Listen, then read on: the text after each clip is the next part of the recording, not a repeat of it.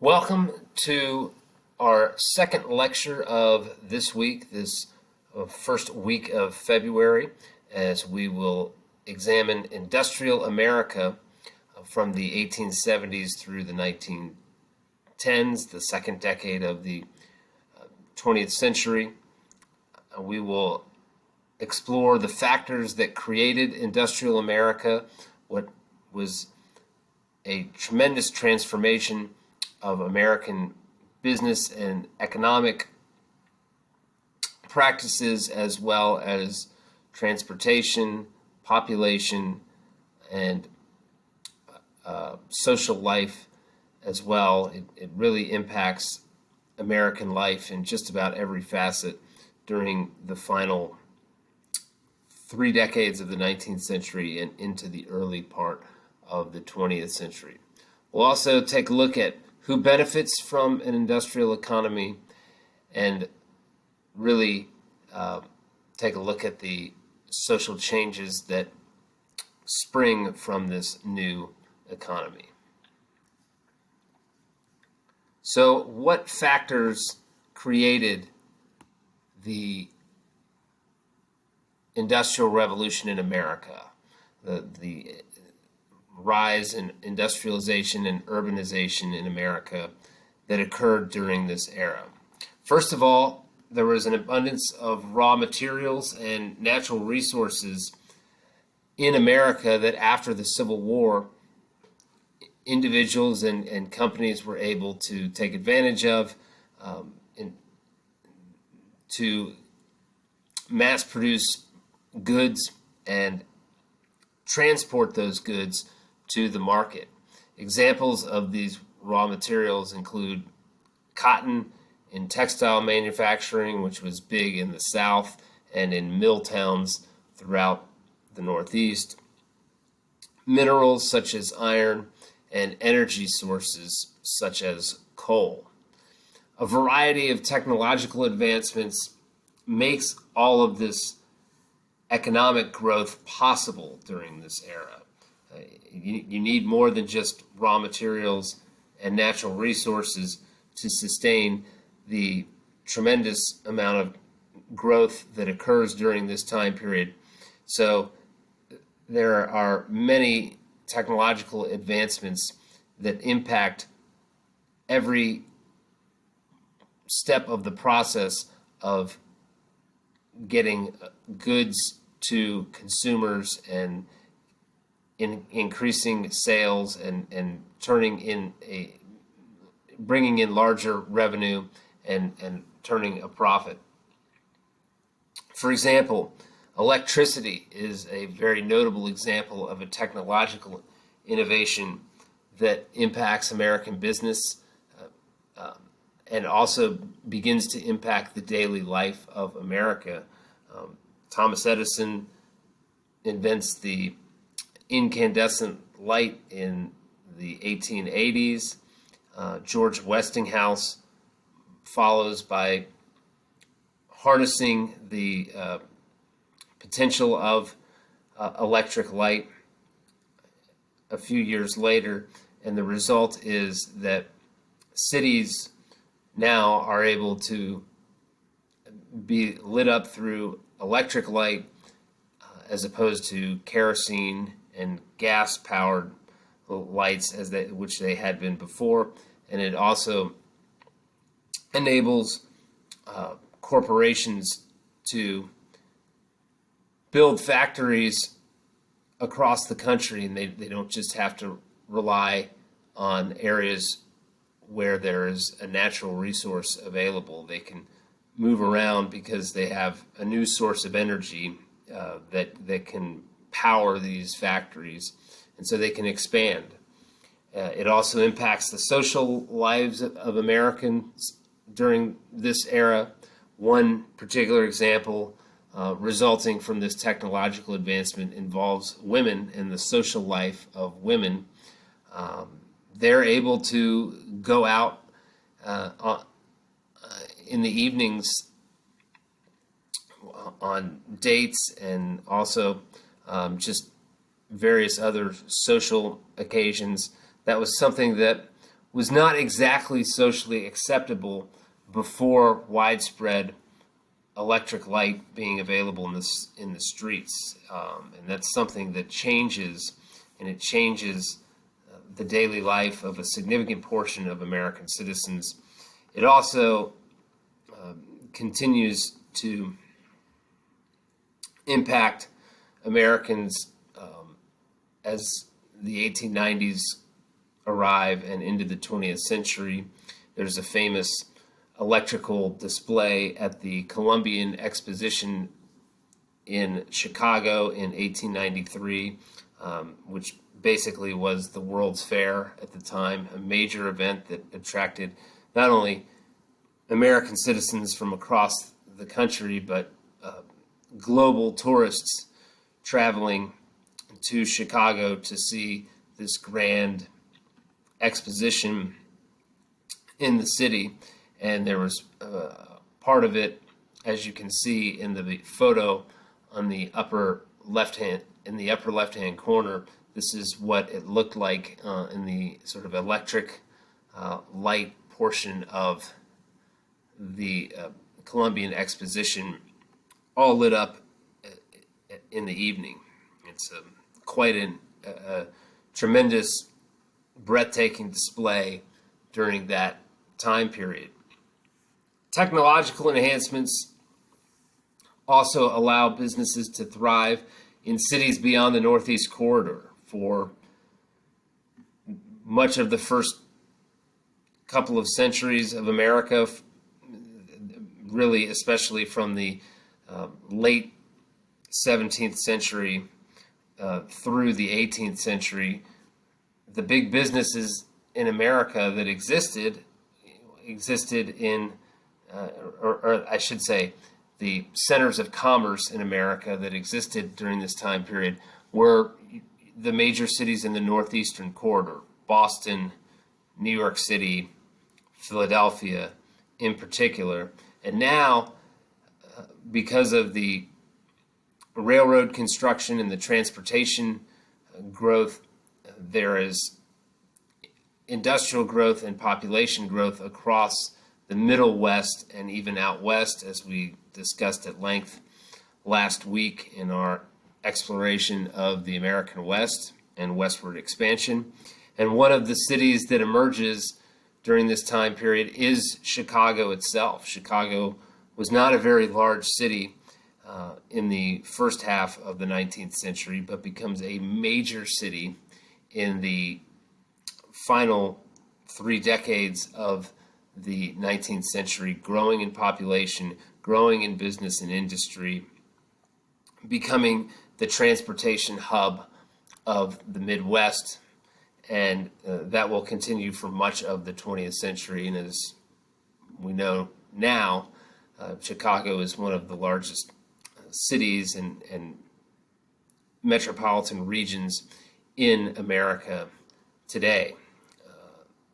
But it emerges as an economic power and a popular place for people to relocate and settle down, put roots in. As you can see at the bottom of the slide, I mentioned the White City. That is part of the Columbian Exposition of 1893. We will get to that a little bit later in this unit, but not in today's lecture. But something that you might want to be aware of and read up on if you have a spare moment or two. But it relates to the Columbian Exposition that I mentioned earlier, and we will discuss in greater length either in Friday's lecture or at some point in the early part of next week.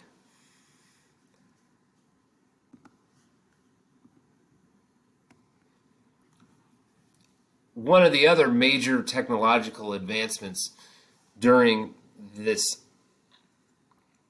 era involved communications, and in particular the telephone. In 1876, Alexander Graham Bell files a patent for the telephone. He invents the telephone, and that leads to the formation of a Bell telephone service, and which ultimately becomes American Telephone and Telegraph Company, a company that you know today as AT&T.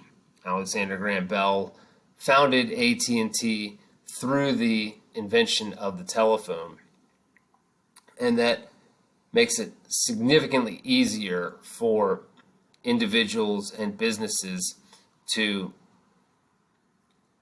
communicate with each other, and for business deals to get done and shipments to get made and ordered and things of that nature. Telephones as well as telegraphs. There were telegrams that became very popular during this time, people going to Western Union and businesses like that to send off a telegram. Usually the contents of telegrams were urgent messages that needed to be delivered as quickly as possible. That was now available through these communication technological advancements of this time period. In addition to telephones and telegraphs, there was an undersea telegraph cable that was placed under the ocean, the Atlantic Ocean during this time. This made communication between the U.S. and European nations much more efficient, much easier to do on a regular basis. And it was about efficiency and quickness, and that also impacted the rise of business on a mass production, from a mass production standpoint that covered international business as well between America and Europe. I talked about this with our lectures on the West, but it's really hard to overstate the impact of railroads. We talked about the Transcontinental Railroad that was completed in 1869. Just thousands and thousands of additional railroad lines were constructed during this time period, and that resulted into a much larger network of transportation outlets, which improved logistics across the country, not just in the West, but it enabled companies on the East Coast to send employees, representatives to the Midwest and the West to conduct business meetings, or perhaps even relocate with a new office out in the West, a Western office or a Midwestern office. This creates economic growth through a variety of methods, including sales, new jobs, and a surge in the value of land located near the rail lines. Remember, we talked about immigration in the last week's lecture, immigration reform, and particularly the Chinese Exclusion Act. And one of the main reasons for the passage of that bill was to protect American jobs. There were a lot of new jobs that were created due to the railroads, and they were jobs that the Chinese laborers were happy to fill, but white working class Americans wanted those jobs as well. So new jobs as well as increased sales, and a tremendous surge in property values near railroads and rail lines really come into the forefront throughout America, not just the West. What is the result of all of this technological advancements in communication, along with the expansion of railroads? Well, simply put, it helped usher in the age of national corporations in America. Companies like AT&T were established during this time period. I mentioned a few minutes ago, Thomas Edison and George Westinghouse with the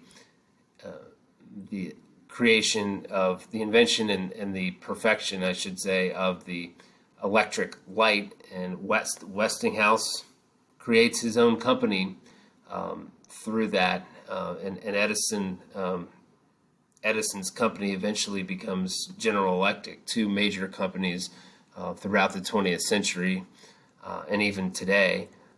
But these types of corporations did not exist on this type of scale before the 1870s, before the 1880s. And a big part of the reason for their emergence is advancements in technology with regard to communications and an expansion of railroad lines, which greatly impacted the ability to quickly and efficiently transport goods and people to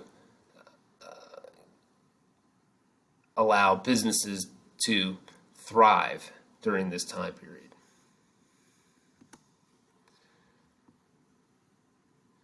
Let's take a look at another concept that comes to the forefront during this era, and that is scientific management. What does that mean exactly? Frederick Taylor, the man pictured in the upper right-hand corner, came up with a philosophy that he very publicly pronounced, and that was that companies needed to develop a scientific order of production. And they needed to do this in order to effectively maximize their efficiency and the production of their goods and products. What does this mean? How does this philosophy work?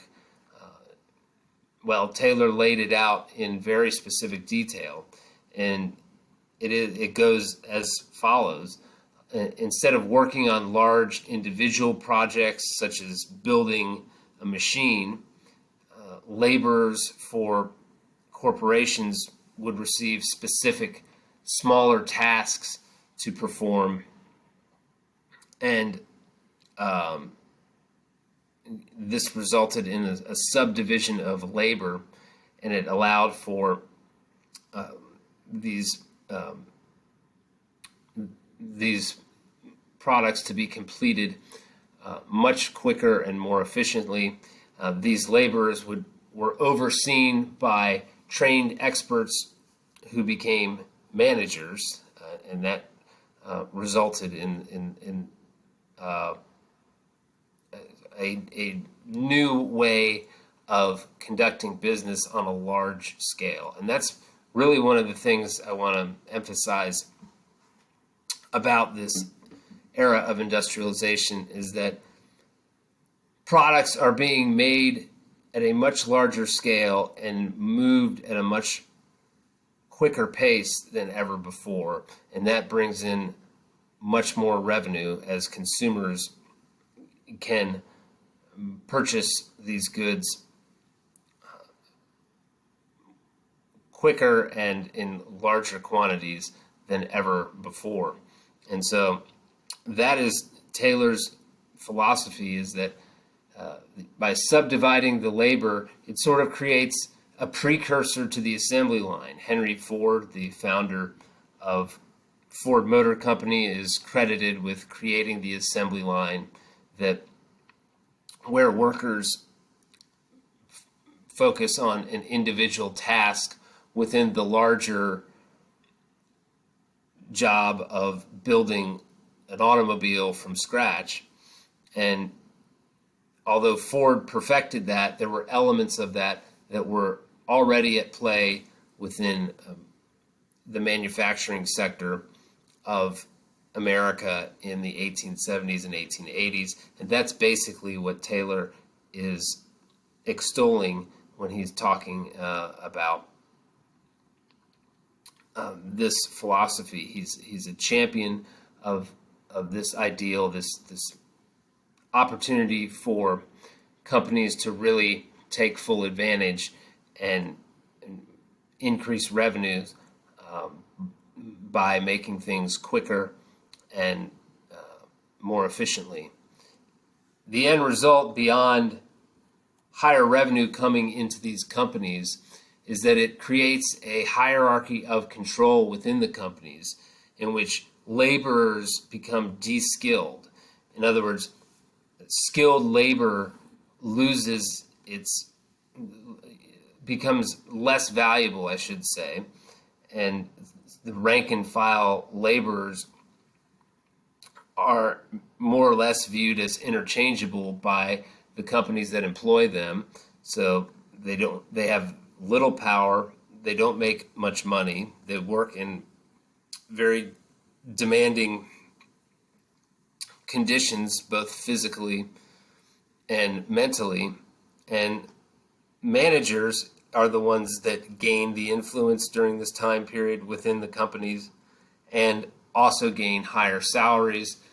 This winds up creating a managerial class of employees, and to a certain extent that still continues in corporate America today. There is a managerial class that oversees teams of employees in most major companies today. But all of that was new and bold and innovative during the 1870s and 1880s when Frederick Taylor more or less introduced it and championed it within the business community in America.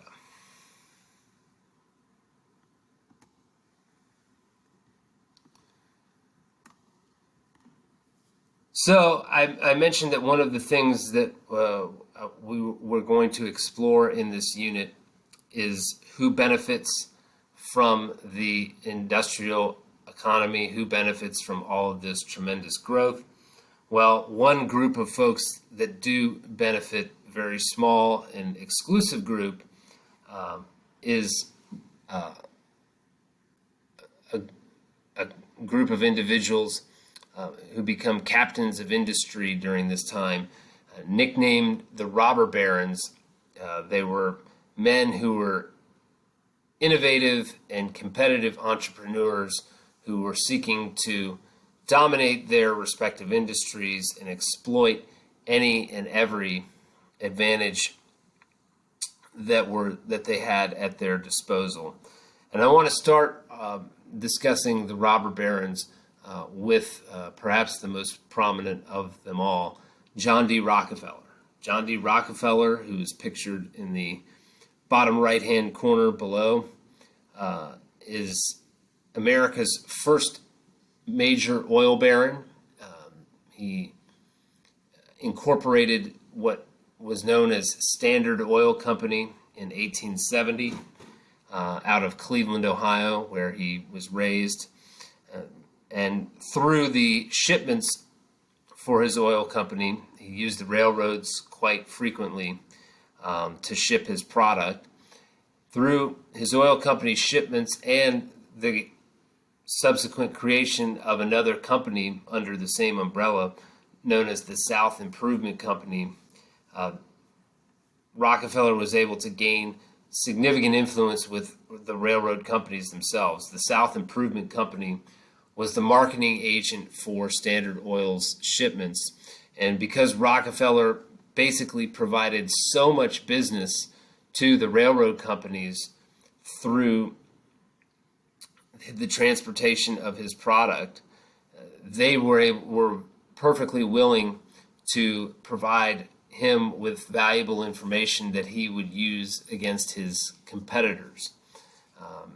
He used that information to find out which of his competitors were thriving, which of his competitors were struggling, and he exploited that. He chose to exploit the struggling competition in the oil business, the oil industry, particularly in Cleveland, in that region of the country. He found out which companies were just barely getting by, and he basically began to buy them out, a process that is known economically as horizontal integration. which is when a company buys out the bulk of its competition and thus acquires a much larger market share. Rockefeller and Standard Oil were able to do this during the late 1870s and early 1880s. At one point, he acquired 22 of the other 26 oil companies in Cleveland. And that, coupled with his cozy relationship with the railroad companies, enabled him to dominate the industry and prevent competitors from the East from being able to establish any type of foothold into the market, because he was able to control the companies that he bought up as well as the means of transportation, and he became the oil tycoon of the era, controlling roughly 95% of the American oil industry by the 1880s. But Rockefeller was not satisfied just by buying out his competition and preventing other would-be competitors from gaining a foothold in the industry. He also wanted to control every aspect of his company's business, and what that meant was he wanted to control production, transportation, sales and marketing, you name it. Anything you can think of, he wanted Standard Oil Company to own and have control of.